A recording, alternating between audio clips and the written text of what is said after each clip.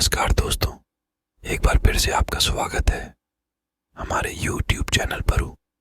आज हम आपको सुकरात ज्ञान से समय के महत्व की एक कहानी सुनाएंगे। हो सकता है कि ये कहानी आपके जीवन में सफलता का एक नया मार्ग लिख दे। एक बार की बात है, एक शहर में एक वृद्ध आदमी अपने बेटे के साथ रहता था। वह आदमी अपने बेटे की हरकतों से परेशान रहता था, क्योंकि उसका बेटा अपने कीमती समय को इधर उधर व्यतीत करता था और बुरे कार्यों में संलिप्त रहता था।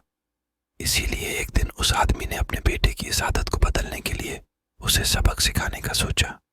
उसने उस दिन अपने बेटे को अपने पास बुलाया और कहा कि बेटा, घर के अंदर मेज पर एक घड़ी रखी हुई है, तुम उसे लेकर आओ। लड़का घर के अंदर गया और उस घड़ी को बाहर निकाल कर लाया। फिर उसके बूढ़े पिता ने उससे कहा कि अब तुम मेरा एक काम करो, इस घड़ी को अपने साथ बाजार में लेकर जाओ और बाजार में जितने लोग भी तुम्हें मिले उन सब से तुम इस घड़ी की कीमत पूछना। अब वो लड़का उस घड़ी को लेकर बाजार में गया और जाता हुआ सोचता रहा कि मेरे पिता करना क्या चाहते। खैर, जब वो बाजार पहुंचा तो उसने बाजार में सभी लोगों से उस घड़ी की कीमत पूछना शुरू कि किसी ने उस घड़ी की कीमत कुछ बताई, किसी ने कुछ। सभी लोगों ने उस लड़के को उस घड़ी की कीमत अलग अलग बताई और कुछ लोगों ने एक जैसी वह लड़का अपने पिता के पास वापस आया और उसने उनसे कहा कि पिताजी, सभी लोगों ने इस घड़ी की कीमत अपने अपने हिसाब से बताई है। किसी ने 400, किसी ने 800 तो किसी ने 100।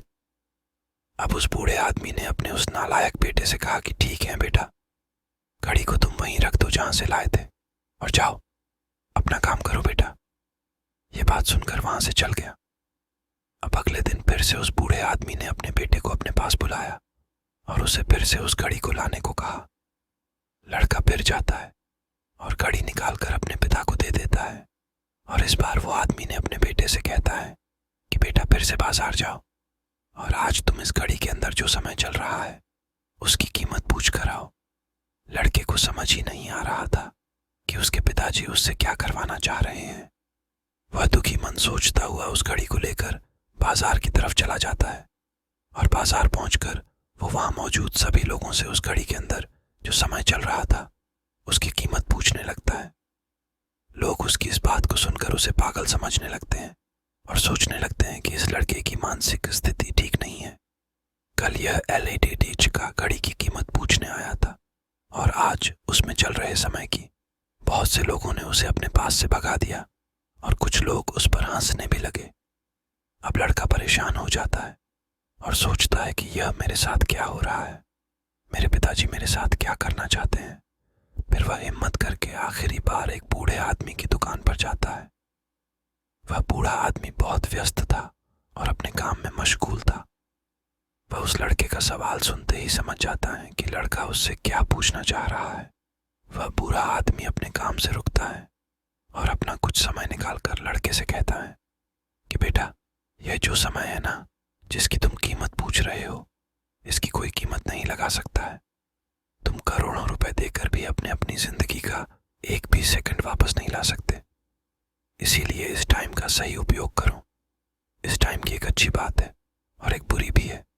बुरी बात यह है कि टाइम गुजर जाता है और वापस नहीं आता, और अच्छी बात यह है कि तुम उसे किन चीज़ों में गुजारते हो ये तुम्हारे हाथ में होता है।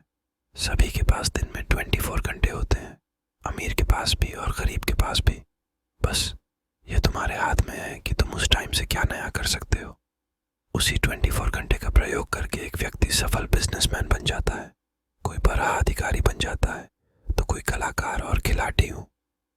तो तुम अपने एक एक पल का हिसाब रखो कि तुम उसे किन चीजों में उड़ा रहे हो। उस बूढ़े आदमी की बात सुनकर उस लड़के की आंखें खुल सी रह गई। वो समझने लगा कि उसके पिता उसे क्या समझाना चाहते हैं। मानो उसमें एक बड़ा बदलाव सा आ गया हो। और फिर वह अपने पिताजी के पास उस घड़ी को लेकर वापस आ गया और उन्हें बाजार में हुई सारी बात बताई। उसकी इस बात को सुनकर उसके पिताजी मुस्कुराने लगे और बोले कि यही वो सीख थी जो मैं तुम्हें देना चाहता था। और उस दिन के बाद से उस लड़के की जिंदगी बदल गई। वो अपने समय के महत्व को समझकर अपने सफल होने के कार्यों में व्यस्त हो गया। दोस्तों कहते हैं कि टाइम सबके लिए फ्री है, लेकिन साथ ही वह प्राइसलेस भी है। वह कीमती है। तुम उसे खरीद नहीं सकते, लेकिन तुम उसे इस्तेमाल कर सकते हो। तुम उसे रख नहीं सकते हो, लेकिन तुम उसे स्पेंड कर सकते हो। और अगर एक बार तुम इसे गवा देते हो तो तुम इसे कभी भी वापस नहीं पा सकते। तो अपने टाइम का सही उपयोग करो और उसे खुद को बेहतर बनाने में लगाओ। दोस्तों, अगर आपको सुखराग ज्ञान की ये कहानी अच्छी लगी हो तो हमें फॉलो करें। आपका बहुत बहुत शुक्रिया। आप जय हिंद, जय भारत।